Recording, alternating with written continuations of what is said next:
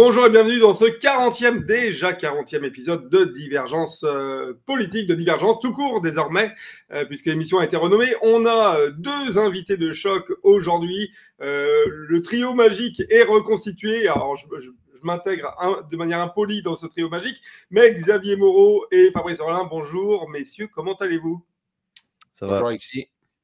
Alors aujourd'hui, puisque je vous ai demandé de quel sujet nous allions parler dans Divergence, vous m'avez choisi deux sujets cette semaine. Vous m'avez choisi l'élection, alors là encore, je vais être très mauvais dans la prononciation de son nom, de Nawrocki, le nouveau chef de l'État polonais.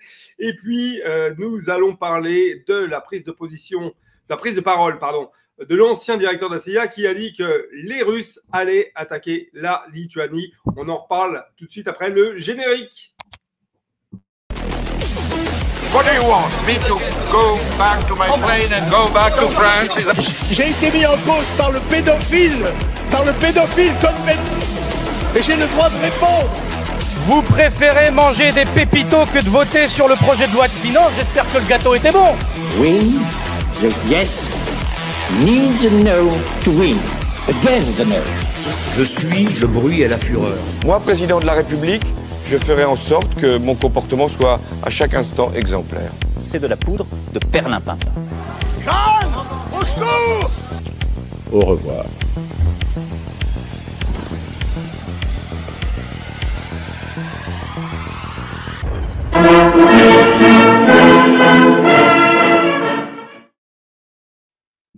Alors, je le disais, vous avez choisi deux thèmes aujourd'hui. Le premier, c'est la Pologne, qui a connu des élections le week-end dernier. Donc, c'est le candidat nationaliste. Alors, j'ai prononcé son nom peut-être très très mal. Xavier, Fabrice, vous me corrigerez si vous connaissez mieux l'orthographe. Comment tu as dit?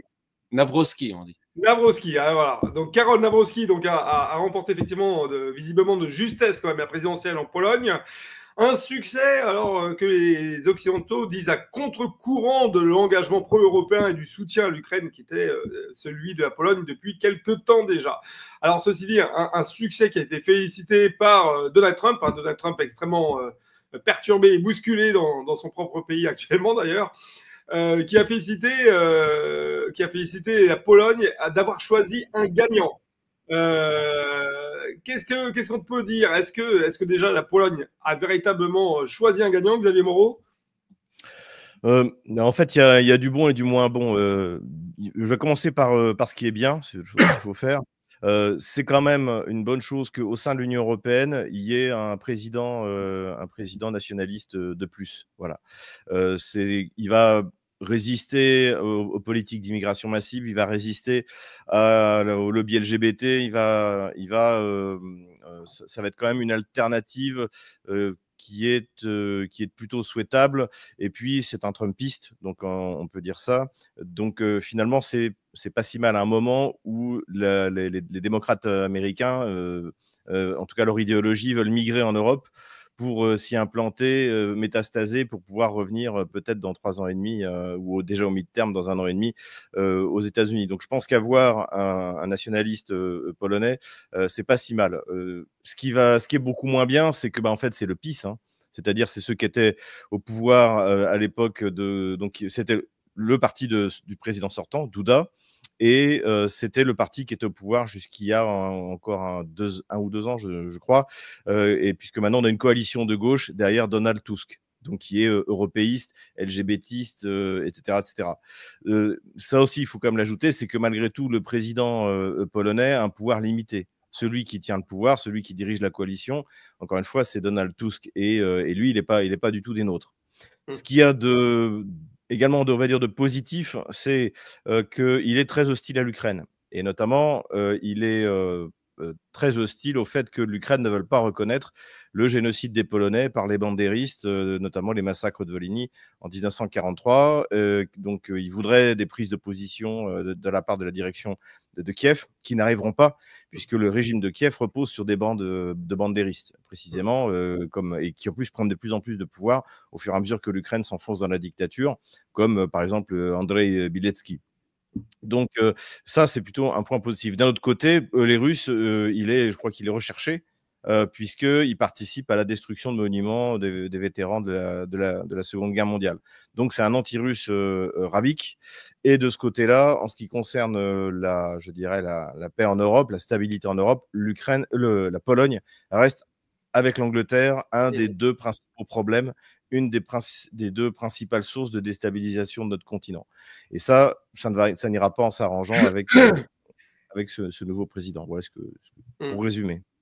Merci Xavier. Alors justement, Fabrice, Xavier disait un des nôtres, et puis finalement dans la présentation que Xavier en fait, on comprend que c'est pas forcément un des nôtres. Alors peut-être idéologiquement sur certains points, mais en tout cas ce sera pas un des nôtres sur le volant ou sur la question ukrainienne. Est-ce que quand même on peut espérer des choses positives d'un président que donc Xavier a d'ailleurs avec justesse précisé qu'il avait beaucoup moins de pouvoir finalement que le Premier ministre, ou est-ce que c'est anecdotique? Je dirais en fait qu'en tant que Français et patriote, c'est un bon coup le fait que Karol Nawrocki soit élu président de la Pologne, parce qu'il est eurosceptique en fait. Il fait partie, le slogan de sa campagne présidentielle, c'était la Pologne d'abord, les Polonais d'abord, ce qui rappelle étrangement quand même le slogan du Front National, canal historique. Donc c'est un national conservateur, nationaliste, conservateur, nationaliste dans le sens où il veut une Europe des nations et non pas une Europe fédérale. Donc pour ça, moi j'applaudis à deux mains. Il fait partie du camp des eurosceptiques comme Fico, comme Orban.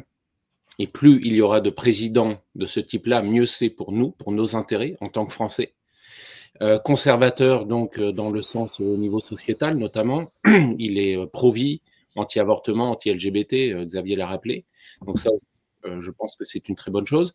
Donc, en tant que Français et patriote, je pense que c'est effectivement un allié. En revanche, pour le problème russe, ça changera strictement rien. Il est dans la droite ligne du PiS, c'est-à-dire qu'il a ce côté, comme tous les Polonais, très russophobe, avec cette petite nuance vis-à-vis de l'Ukraine, où même s'il n'est pas contre le fait de continuer à soutenir l'Ukraine, en tout cas, il est farouchement opposé à l'entrée de l'Ukraine au sein de l'OTAN. Il est aussi farouchement opposé à l'aide aux réfugiés ukrainiens. Et il a même dit que par rapport aux aides qu'il voulait accorder, qu'il était capable ou que la Pologne serait capable d'accorder à l'Ukraine, qu'il allait le faire, mais pas au détriment des Polonais. Donc on peut imaginer qu'à terme, le soutien de la Pologne à l'Ukraine diminue. Donc, je dirais sur le volet russe, je ne pense pas que ça soit un allié. Ce qui est sûr, c'est qu'il n'aime pas la Russie. Mais un Polonais, quoi. Voilà. Et puis, Polonais, mais dans la ligne droite voilà, du PiS, qui a toujours eu ce côté-là très russophobe et très américanophile. Il a reçu le soutien de Trump pendant son élection, il s'en est vanté.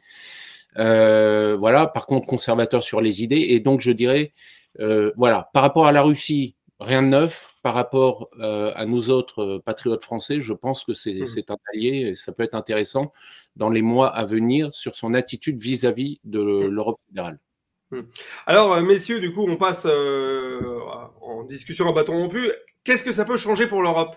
Est-ce que on voit quand même monter de plus en plus de nations, notamment à l'Est, plus à l'Est d'ailleurs qu'en Europe occidentale, qui passent sur des gouvernements type nationalistes, souverainistes, etc., ou en tout cas qui en sont très proches. Je mets la Roumanie un petit peu dans l'entre-deux, parce que la Roumanie, il y a quand même un résultat d'élection qui est contesté également, et on a vu que ça s'était pas passé très très loin. Donc, qu'est-ce que cette Europe est-ce que l'Europe est en mouvement sur les idées? Est-ce qu'on peut espérer quelque chose de positif pour la faire peut-être changer, exploser ou revenir à des sentiments qui sont plus ceux de la protection des États, que ce que l'on voit avec depuis des décennies et ce qu'on voit depuis que sa présidente von der Leyen est à sa tête. Peut-être Xavier, Fabrice, celui qui veut réagir. Ce qu'on peut dire, c'est qu'effectivement, il y a quelque chose qui se lève à l'Est. même si l'élection en Roumanie a été honteusement manipulée, truquée, le fait est là, c'est qu'il y a une poussée nationaliste. Le fait est que Georgescu aurait pu l'emporter rien qu'avec un compte TikTok sponsorisé. Alors, on a découvert qu'il était sponsorisé par ses adversaires politiques qui espéraient diviser le camp nationaliste. Donc, mais malgré tout, le résultat est là. Le fait est qu'il y a un sursaut du peuple roumain qui, quoi qu'il arrive, aura des conséquences. On va le voir dans les futures élections. Quoi qu'il arrive, le coup est parti. En Bulgarie également, on observe des changements. Ils ont des élections l'année prochaine. Il y a un des principaux partis bulgares qui a signé une alliance, qui est son représentant est venu signer une alliance avec le parti Russie Unie, donc le parti qui est derrière Vladimir Poutine. On a donc ce qui se passe en Pologne, même si c'est pas idéal par rapport à la stabilité du continent, puisqu'encore une fois, ça reste un revanchiste polonais. Le problème, c'est que la classe politique polonaise vit dans le mythe de son empire qui a commencé à se déliter au milieu du XVIIe siècle. Donc il y a cette fameuse initiative des Trois Mers qui implique d'ailleurs d'autres pays d'Europe de l'Est, qui vise à créer une entité politique qui aille de la Baltique jusqu'à la mer Noire en passant par l'Adriatique. Bon, tout ça n'est pas très sérieux, mais le problème c'est que les Polonais y croient.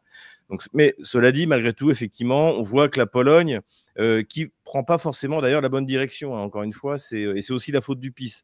La droite polonaise est la plus bête du monde, bien plus que la droite française. Et, c'est dur à faire quand même ce que tu dis. La barre est placée, la barre est placée très haut, mais le PiS a perdu le pouvoir aux dernières élections parlementaires par sa faute, par son obsession anti-russe, ce qui fait qu'au lieu de s'occuper des problèmes intérieurs de la Pologne, eh bien, ils sont encore une fois, dans leur espèce de rêve de reconquête de leur empire d'il y a 3 siècles. Donc voilà. Mais cela dit, on a la Slovaquie, on pourrait aussi avoir de bonnes surprises en Tchéquie.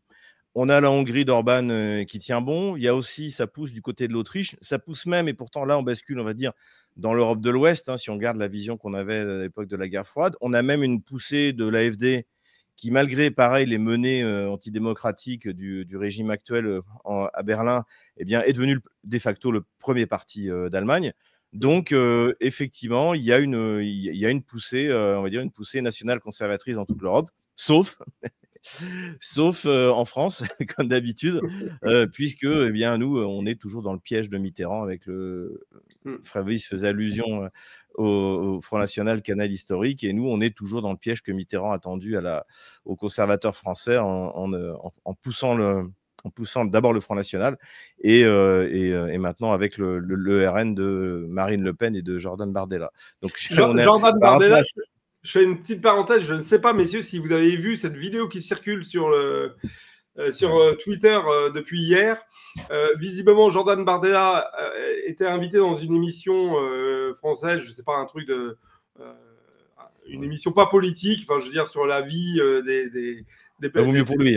Voilà, justement. Par une animatrice qui animait une émission, je ne sais plus quoi, L'amour est dans le pré ou quelque chose comme ça. Et donc, en fait, il parle de la vie des gens, quoi. Voilà.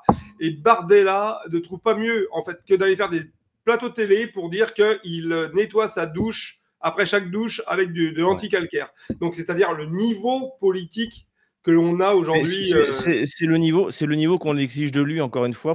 Bardella correspond parfaitement à la nouvelle classe mondialisée politique que précisément les mondialistes veulent avoir à la tête des États. C'est-à-dire que c'est un beau garçon, une jolie fille, puisqu'on voit Sanna Marin, par exemple, au Finlande, elle était très jolie.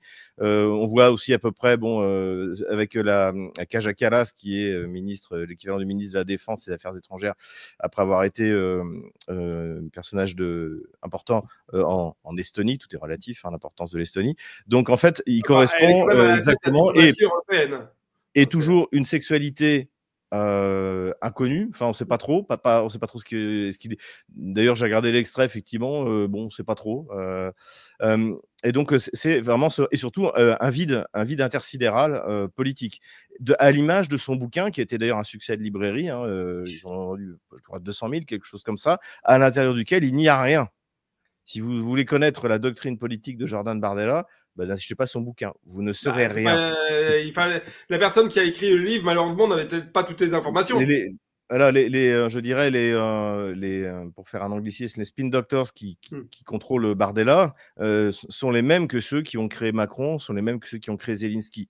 C'est-à-dire, c'est un personnage de feuilleton et qui n'a aucune consistance. Et a priori, il pourrait même être candidat à la présidence dans 1 an et demi. Et finalement, ce serait dans la droite ligne de ce qu'on a. On a vraiment une bascule avec Emmanuel Macron à ce sujet-là. Il est aussi insignifiant qu'Emmanuel Macron, finalement. Et je pense que c'est ça qu'on attend de lui. Bon, on parlait de la Pologne, et finalement, on a réussi à mettre quand même un petit caramel pour notre ami Emmanuel Bardella.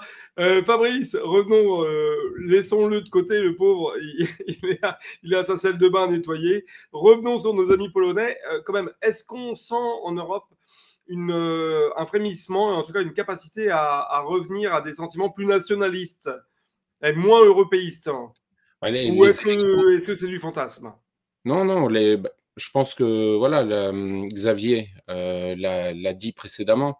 Effectivement, en tout cas dans les pays de l'Est, de plus en plus de pays choisissent de mettre à leur tête des nationaux conservateurs, des nationalistes. Je pense qu'il y en aurait encore plus s'il n'y avait pas eu triche, s'il n'y avait pas eu, si par exemple Emmanuel Macron n'était pas intervenu en Roumanie. On aurait effectivement aussi en Roumanie un président national conservateur eurosceptique. Mais la vraie question pour moi, c'est pas de savoir si oui ou non ce sentiment-là est en train de se propager en Europe. Il est en train de se propager en Europe. Les peuples européens se rendent bien compte que l'Union européenne ne fait pas du tout le travail qui est le sien. Les pays s'appauvrissent. L'Union européenne essaye de plonger l'Europe dans la guerre face à la Russie. Les peuples européens en ont marre, les peuples européens sont inquiets, à la fois mécontents de la politique intérieure, mais aussi de la politique extérieure de leurs dirigeants. Et donc oui, ça pousse énormément de ce côté-là. Mais la vraie question, encore une fois, pour moi, c'est pas de savoir si ce sentiment-là est en train de se propager. Il est en train de se propager. La vraie question, c'est de savoir quelles vont être les conséquences par rapport à l'Union européenne. Malheureusement, l'Union européenne, je vais reprendre l'analogie avec la République française qui gouverne très mal, mais qui se défend très bien. L'Union européenne, c'est la même chose. L'Union européenne est incapable aujourd'hui de gérer les 27 pays européens. En revanche, elle est capable de très bien se défendre. Et on voit que dès qu'un pays essaye de sortir du giron ou de ne pas appliquer la politique de l'Union européenne, on a vu, on essaye de retirer le droit de vote à Orban, on a vu... On essaie d'abattre Fico. Voilà, exactement. Et donc, je ne pense pas que quelque chose puisse changer de l'intérieur.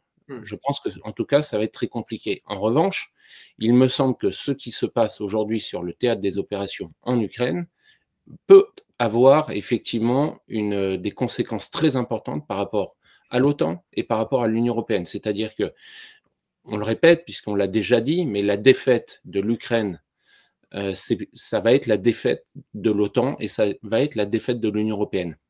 Et à ce moment-là, les choses peuvent devenir intéressantes. Et c'est pourquoi je crois qu'il est important que tout nationaliste ou patriote français ou européen soutienne la Russie dans le conflit, parce que on a besoin de se libérer de la dictature de Bruxelles, et pour se libérer de la dictature de Bruxelles, on a besoin d'une victoire russe. Alors bon, moi je soutiens la Russie pour plein d'autres raisons, mais en tout cas, cette raison-là devrait normalement déjà résonner dans l'esprit de tout véritable patriote français, parce que je crois que c'est notre seule planche de salut actuellement. Ok, entendu. Même si je voudrais rajouter un petit quelque chose. Ce conflit donc séculaire entre la Pologne et la Russie. Hein. La Pologne a envahi la Russie a envahi la Pologne. Les soviétiques ont recréé la Pologne après la Seconde Guerre mondiale, etc. En redéfinissant les frontières. Cet affrontement en fait pourrait être partiellement résolu si la France était la France. S'il y a bien un pays qui peut faire la médiation entre la Pologne et la Russie pour que notre continent se retrouve en paix, c'est la France. Du côté polonais, la Pologne est un pays catholique ou de tradition catholique, comme la France. Et du côté russe, la Russie est notre grand allié, le meilleur allié que la France n'ait jamais eu sur ce continent.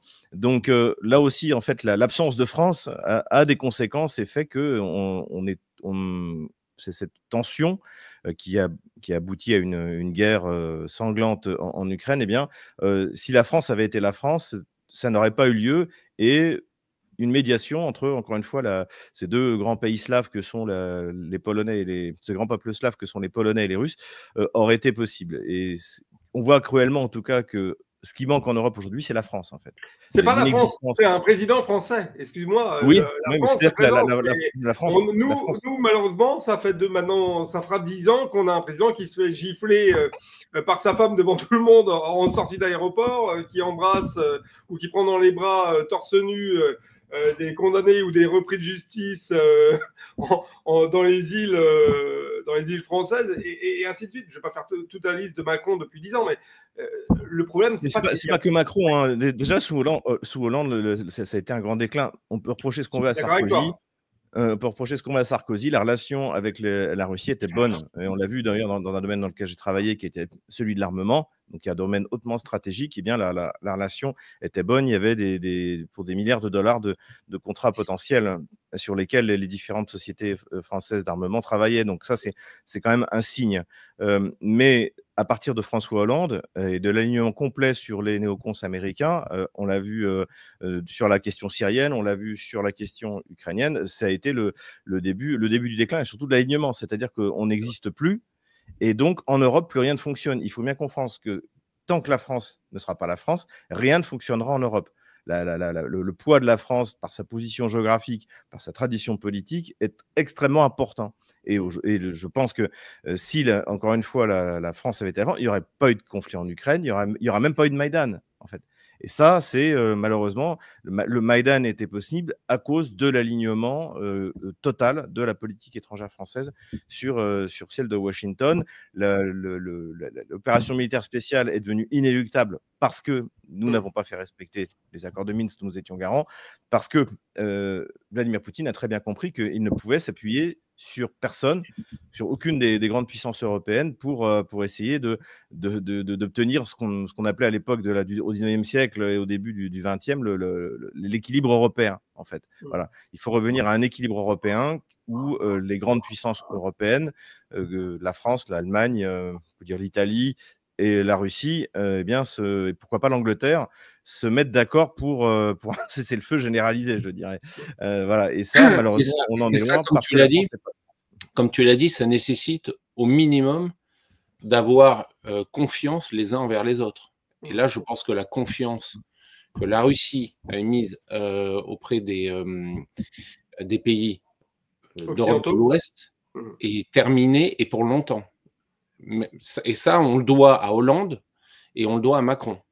Hollande avec la signature sur les contrats des Mistral, et Macron qui, d'une façon stupide et puérile, avait publié, on s'en souvient, les discussions privées qu'il avait eues avec Poutine. En fait, aujourd'hui, Poutine ne veut plus discuter avec des guignols. Il veut parler avec des gens sérieux, et c'est pourquoi aujourd'hui il discute avec Trump et non pas avec les pays d'Europe de l'Ouest. Alors, concernant personnes sérieuses et Trump, je pense qu'on verra avec le temps. Non, sérieuse dans le sens, sérieuse dans le sens quelqu'un qui décide et qui décide vraiment. Tu as raison, et du coup, ça renvoie à ce que Xavier dit. Effectivement, la dame au petit pain ne serait peut-être pas venue avec ses pâtisseries, ses boulangeries, pardon, si forcément l'Europe n'était pas prête à soutenir ce qui allait en découler. Si tu te souviens ce qui s'est passé le 21 février 2014, il y avait 3 ministres des Affaires étrangères qui étaient là pour obtenir l'accord de fin de crise avec Yanukovych. C'était Laurent Fabius, Steinmeier et Sikorski, le Polonais. Mais derrière, il y avait Biden, le vice-président de Barack Obama à l'époque. Et donc, cet accord a été signé, il n'a même pas tenu 24 heures. 24 heures. Donc, comment est-ce que la Russie peut nous prendre au sérieux avec aussi peu de respect de sa propre signature? De toute façon, je ne vois pas comment quelqu'un puisse nous prendre au sérieux avec Emmanuel Macron comme président. Excuse-moi, mais Ça me paraît compliqué. Allez, finissons sur ce thème. Moi, je note quand même quelque chose, messieurs, pour vraiment finir la question de la montée du nationalisme en Europe, ou des gouvernements nationalistes ou souverainistes, parce que je ne suis pas trop fan du mot nationaliste, en Europe. Je remarque quand même qu'il y a peu de changements une fois qu'ils sont élus. On avait beaucoup misé sur Mélanie, on est tous d'accord pour dire que... Moi pas. Je n'ai jamais misé sur Mélanie. Alors, bravo, encore une fois, tu as été clairvoyant. Mais enfin, je veux dire, les gens de droite, on va dire, étaient quand même assez positifs sur l'arrivée de Mélanie. Finalement, force est de constater que c'est affligeant. Le Rassemblement national, j'en parle même pas, même s'ils ne sont pas encore au pouvoir. Aux Pays-Bas, on le voit, c'est une catastrophe, ça tourne vraiment au jus de boudin. En Allemagne, eh bien, là, il y a quand même eu une opposition encore qui s'est opérée. Oui, mais Alexis, il n'y a pas beaucoup de résultats, c'est ce que je veux dire. Au-delà du problème des personnalités et peut-être du manque de courage de certains, il faut souligner que le vrai problème, c'est que même si aujourd'hui tu mets à la tête d'un pays européen un homme courageux, une femme courageuse, nationaliste, etc., qui prend la tête, il ne pourra pas faire ce qu'il veut parce qu'il y a des lois supranationales. Aujourd'hui, oui, mais qu'est-ce qui empêche de faire comme ce que Philippot dit ou Asselineau? Il le dit, mais une fois au pouvoir, c'est plus compliqué. Et quitter l'Union européenne, ça se fait pas sur un claquement de doigts. Mais je suis d'accord avec toi, mais tu peux amorcer la pompe des choses. Bien sûr. Si tu le dis et que il le faut d'ailleurs. Il le faut, mais c'est pas aussi simple que ça, parce que c'est ce que je disais tout à l'heure. L'Union européenne a fait en sorte qu'une fois que tu rentres dans sa toile, c'est très compliqué de s'en sortir. Voilà. Et pour ça, par contre, il faut effectivement du courage. Oui. Ça voudrait dire qu'il faudrait faire un référendum, ça voudrait dire... Et je suis d'accord, c'est tout à fait possible de le faire. Mais, et il faut d'ailleurs le faire, et c'est quelque chose, à mon avis, sur lequel on doit sanctionner un candidat qui se déclare patriote et souverainiste. Une des premières choses qu'il doit faire, Asselineau d'ailleurs pour ça l'a très bien dit, lui il a dit et répété que s'il arrivait à l'Élysée, une des premières choses qu'il allait faire, c'est un référendum là-dessus.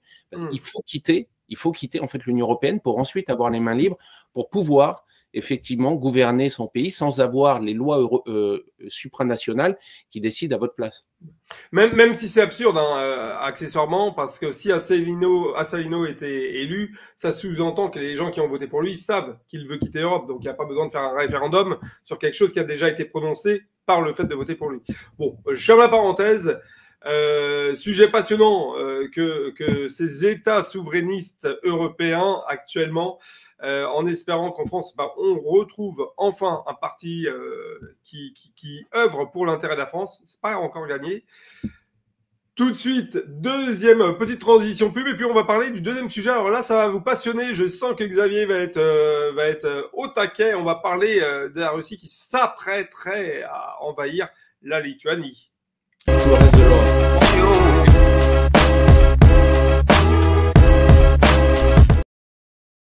Et effectivement, et tout le reste de l'Europe, tu as bien fait de dire, ils arriveront jusqu'aux Champs-Élysées, mais ça sera un peu plus tard. Alors, vous l'avez vu dans le petit jingle de transition, donc je vous le redis, c'est important pour notre référencement, pour la visibilité de nos vidéos. N'oubliez pas d'activer, de vous abonner à la chaîne, d'activer la petite cloche pour avoir les notifications sur les émissions. Hier soir, alors là, on est vendredi, pardon, au moment de l'enregistrement. Donc, jeudi soir, c'était Nicolas Mirkovic qui nous parlait de la rencontre Trump-Poutine, la rencontre téléphonique. Il y aura d'autres émissions tout au long de la semaine, etc. Donc, n'hésitez pas à vous abonner à la chaîne, à mettre la petite cloche pour être notifié lorsqu'on est en live ou sur des émissions comme ça enregistrées. Et puis, surtout, n'hésitez pas, si vous avez 30 secondes, à mettre un petit commentaire sous la vidéo. Ça améliore le référencement et donc la visibilité de notre chaîne. Maintenant que j'ai fait cette petite transition semi-publicitaire, messieurs, on va arriver au deuxième sujet que vous m'avez choisi cette semaine, qui est une prise de parole assez surprenante donc de l'ex-général américain et ancien directeur de la CIA, David Petraeus, qui annonce qu'une invasion russe d'un pays balte, et tout particulièrement d'ailleurs de la Lituanie, pourrait être envisagé et déjà préparé à Moscou par le Kremlin d'ici à 2029. Alors, Xavier, est-ce qu'on est dans le fantasme absolu? Est-ce qu'il y a une part de vérité? Est-ce qu'il pourrait potentiellement avoir une part de réalité, mais que voilà, où on en est, voilà, ou est-ce que c'est pour faire peur et continuer le combat en Ukraine? Je pense que déjà, Patreus devrait regarder une carte de l'Europe. Il s'apercevrait qu'il n'y a pas de frontière commune entre la Lituanie et la Russie, Tu vas me dire qu'il y a la sauf à Biélorussie. Kaliningrad. Sauf à Kaliningrad. Donc, et les Russes ne vont pas attaquer la Lituanie à partir de Kaliningrad. Hein. Ah, attention, ils pourraient partir de la Biélorussie, ça s'est déjà vu il n'y a pas si longtemps. Donc c'est ça. Parmi le scénario qu'il évoque, ça aurait été intéressant qu'il développe un peu. Est-ce que Loukachenko, qui ne participe pas et qui ne participera pas au conflit en Ukraine, a vraiment l'intention de laisser les troupes russes frapper la Lituanie, traverser son pays pour aller frapper la Lituanie? Je pense pas. Enfin, je pense que c'est tellement idiot comme déclaration que, évidemment, ça l'est pas. Je pense que, de toute manière, Patreus, qui n'est pas réputé comme quelqu'un de très, très intelligent, il y avait d'ailleurs eu un film où on se moquait de lui. Il était joué par Brad Pitt, un espèce de général, général bourrin, un peu sur le genre de Yakovlev ou Richoux, un peu le militaire bourrin caricatural. Et donc je pense que Patreus, c'est pas une flèche. Ensuite, pourquoi est-ce que la Russie envahirait la Lituanie? Alors, effectivement, il y a un problème dans ce qu'on appelle le corridor de Suwałki. C'est-à-dire que dans les accords internationaux, il ne peut pas y avoir d'enclave en fait à Kaliningrad. Donc, normalement, il y a un passage qui est autorisé entre précisément la Biélorussie et la Lituanie. Le problème, c'est que, au nom des sanctions qui ont été prises par l'Union européenne, désormais, ce couloir est extrêmement contrôlé extrêmement de manière stricte pour voir s'il n'y a pas de produits sanctionnés qui traverseraient par la Lituanie. Donc tout ça, en fait, c'est évidemment du harcèlement contre les Russes qui transitent et c'est utilisé voilà, pour faire du harcèlement. Mais cela dit, ça fait 3 ans que ça dure et les Russes n'ont toujours pas envahi la Lituanie. Et ensuite, la question, c'est pourquoi envahir la Lituanie? Aujourd'hui, la Lituanie ou n'importe lequel des pays baltes, ces pays baltes avaient de l'importance parce que c'était une façade vis-à-vis de la Baltique. Or, comme les Baltes se sont alignés sur l'Union européenne en fait pour les sanctions contre la Russie, et la Biélorussie, aujourd'hui tout le transit de tout ce qui passait par les ports baltes passe par des ports russes. Les Russes ont construit, notamment à Ust-Luga, d'immenses ports et des zones de transit sur leurs ports à eux, à Viborg, à Ust-Luga, je viens de le dire. Donc aujourd'hui, les pays baltes n'ont plus aucun intérêt, ni pour la Russie, ni pour la Biélorussie. À l'époque de l'Union soviétique, les pays baltes étaient la vitrine de l'Union soviétique. C'est là qu'on fabriquait les biens de première consommation, les tourne-disques, les magnétophones, etc., etc. Donc, et les pays baltes ont cru que c'est parce que c'était des génies. En fait, non, c'est parce que le Gosplan, à Moscou, avait décidé, tiens, en Géorgie, on va faire ça, en Arménie, on fera ça, dans les pays baltes, on fera ça. Et dans les pays baltes, on va construire une centrale nucléaire. Et l'Union soviétique a construit une centrale nucléaire dans les pays baltes, qui a été fermée par l'Union européenne en 2009. Donc, avant, ils exportaient leur électricité vers la Biélorussie. À partir de 2009, ils ont commencé à en importer. Et surtout que les Russes, eux, je crois que c'est en 2019 ou 2020, ont construit une centrale nucléaire en Biélorussie qui maintenant exporte de l'électricité vers les pays baltes. Donc aujourd'hui, on a quoi? On a notamment la Lituanie, qui est le plus important des 3, tout est relatif, hein, ces 3 nano-États, qui, en fait, a un comportement hystérique parce qu'ils se rendent compte qu'ils ont tout perdu. Ils ont tout perdu leur position de vitrine industrielle de l'Union soviétique. Ils ont perdu leur autonomie énergétique. Et finalement, oui, ils importent, ils ont des ports pour déliquéfier le gaz naturel, mais ça peut très bien être du gaz russe et que c'est du gaz qui leur coûte fois plus cher que ce qu'ils payaient à l'époque où ils avaient une relation convenable avec la Russie. Donc en fait, on a des pays baltes qui sont dans une situation économique catastrophique, qui sont dans un état de dépopulation catastrophique, mais avec ce refus du réel, ce que j'appelle le bunker, qui continue à essayer d'aller chatouiller, pincer les fesses de l'ours russe, qui de temps en temps leur met une grosse claque. Et voilà. Et donc, et puis à côté de ça, on a quand même, malgré tout, les néoconservateurs américains, dont Patreus fait partie, qui nous vendent l'idée qu'il faut continuer à aider à l'Ukraine parce qu'après, sinon, la Russie va envahir le reste de l'Europe. Mais il faut bien se rendre compte qu'en admettant même que la Russie envahisse une grande partie de l'Ukraine, il y a une partie dans laquelle elle n'ira pas. La Volhynie, la Galicie, qui sont revendiquées d'ailleurs par les nationalistes polonais, eh bien, la Russie n'y foutra pas les pieds. Il n'y a rien à faire là-bas. Donc, non seulement elle n'ira pas en Lituanie, mais elle ne s'emparera même pas, même si elle le peut, elle ne s'emparera pas de la totalité de l'Ukraine. Mais pour motiver en fait les populations, les classes dirigeantes des pays européens et occidentaux, eh bien, on invente encore cette menace totalement délirante de la Russie qui va traverser la Biélorussie pour aller vers la Lituanie. C'est du grand n'importe quoi.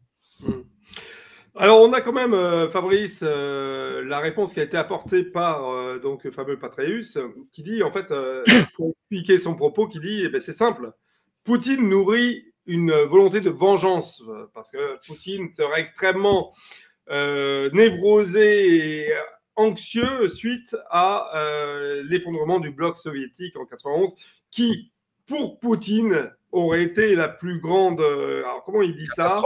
La plus grande catastrophe qu'il n'ait jamais vécue. Voilà. Donc il se base là-dessus.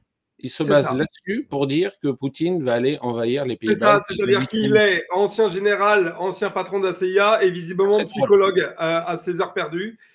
Donc, y a-t-il un complexe de Poutine Non, mais je pense que pour bien comprendre sa déclaration, il faut comprendre qui est le général Petraeus.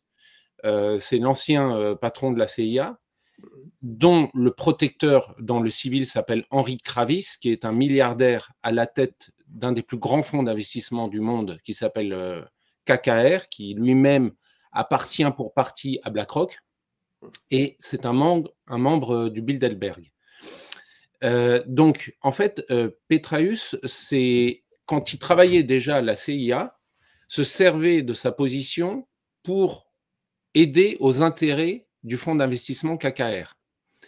C'est celui aussi qui a créé, Petraeus a créé l'État islamique. Donc, c'est quelqu'un, si vous voulez, qui, durant toute sa carrière militaire, ou en tout cas quand il a atteint les hautes fonctions, s'est servi de sa position pour aider des intérêts privés. Or, quels sont les intérêts de ces fonds d'investissement comme BlackRock ou KKR? Leurs intérêts, c'est de continuer la guerre, parce que c'est pendant la guerre que ces fonds d'investissement, qui sont absolument gigantesques, se font des milliards. Ils achètent les terres arables, ils achètent de l'immobilier, ils possèdent en partie le complexe militaro-industriel américain. Donc pour eux, ça les arrange de continuer à faire la guerre. Or, aujourd'hui, qu'est-ce qu'on observe? On observe tout simplement que ce soit les Européens ou les Américains, tout le monde en a marre de la guerre en Ukraine. On a envie de la paix. Je parle là des peuples, en tout cas, Trump aussi. C'est vrai qu'en Europe, c'est un peu différent parce qu'on a Macron qui est un va-t-en guerre, on a Starmer, etc., qui eux poussent évidemment à la guerre, mais pour les mêmes raisons en réalité que Petraeus. Mais les peuples en ont marre. Et il faut aujourd'hui agiter une menace devant les yeux des peuples occidentaux pour pouvoir justifier la continuité de cette guerre. Et alors, l'idée d'aller envahir les pays baltes, c'est quelque chose qui revient régulièrement. Je me souviens qu'il y a à peu près un an, on avait eu une déclaration du ministre de la Défense allemand, Pistorius, me semble-t-il, qui avait fait la même déclaration. Alors qu'en réalité, c'est un non-sens à tous les niveaux. À quel moment la Russie se dira « je vais aller attaquer les pays baltes ». C'est un pays, les pays baltes appartiennent à l'OTAN. La Russie n'a aucune envie de faire une guerre à des pays, à tout l'OTAN qui est nucléarisé. C'est un non-sens économique. Les pays baltes sont des pays pauvres. C'est un non-sens géographique et stratégique, puisque la Russie a tout à fait accès à la mer Baltique via Kaliningrad d'un côté, via le golfe de Finlande et Saint-Pétersbourg de l'autre. Et surtout, c'est un non-sens politique. La Russie ne pourra jamais, pour les mêmes raisons que, comme l'a rappelé Xavier, la Russie n'ira pas dans l'ouest ukrainien, car elle ne pourra jamais contrôler ces régions qui sont farouchement russophobes.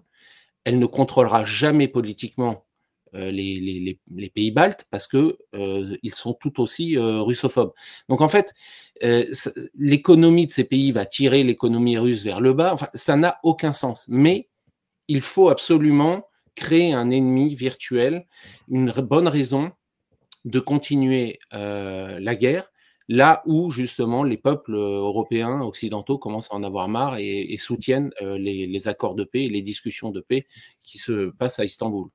Donc, c'est du marketing, c'est du business, c'est Il y a un aspect, pour faire tourner la planche à billets verts, c'est ça. Il y a un aspect qui me paraît extrêmement important, c'est-à-dire que c'est de tout expliquer par le pathos.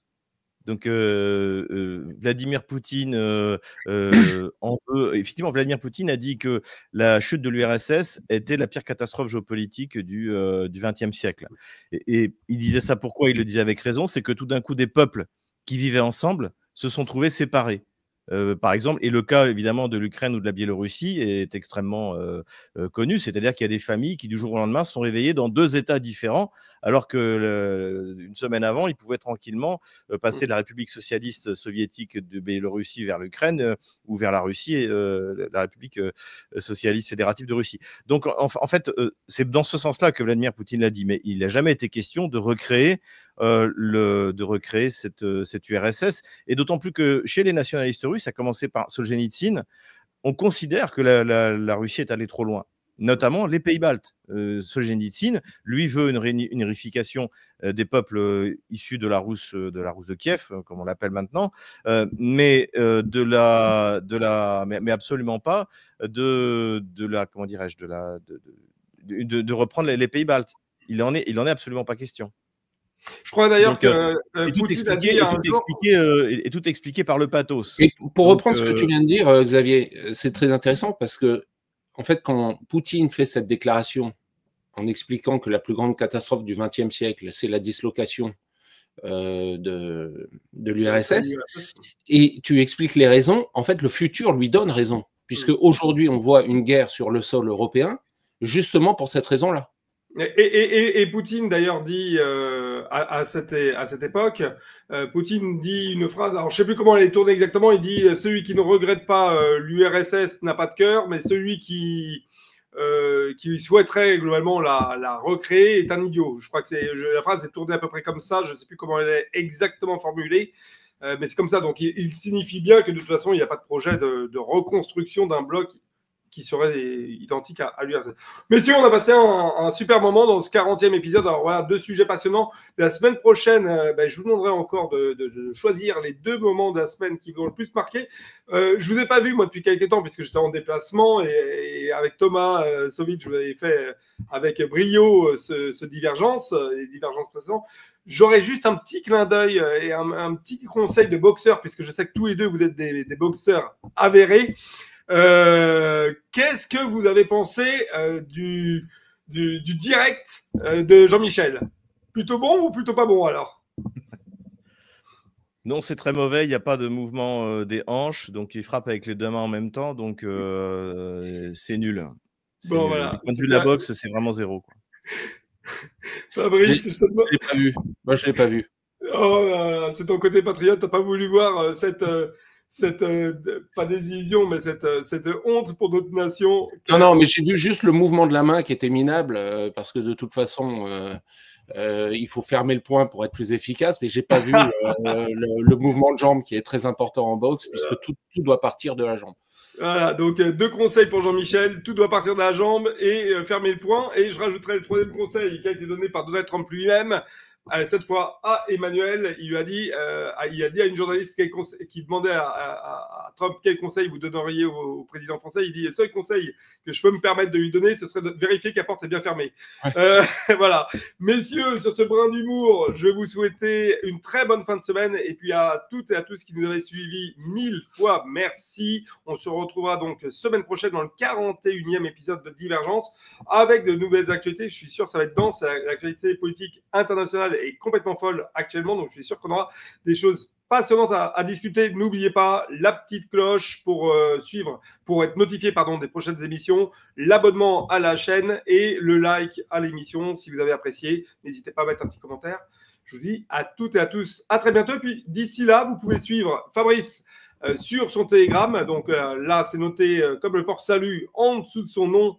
Je le mets un peu plus gros, Telegram Fabrice Orlin. Et pour Xavier, là on ne présente même pas Stratpol sur toutes les plateformes. Alors Telegram, tu as ton site internet stratpol.fr ou .com? .com. Et puis sur tous les canaux, alors là tu as comment ils s'appellent, les deux autres chaînes, Odyssée et Rumble.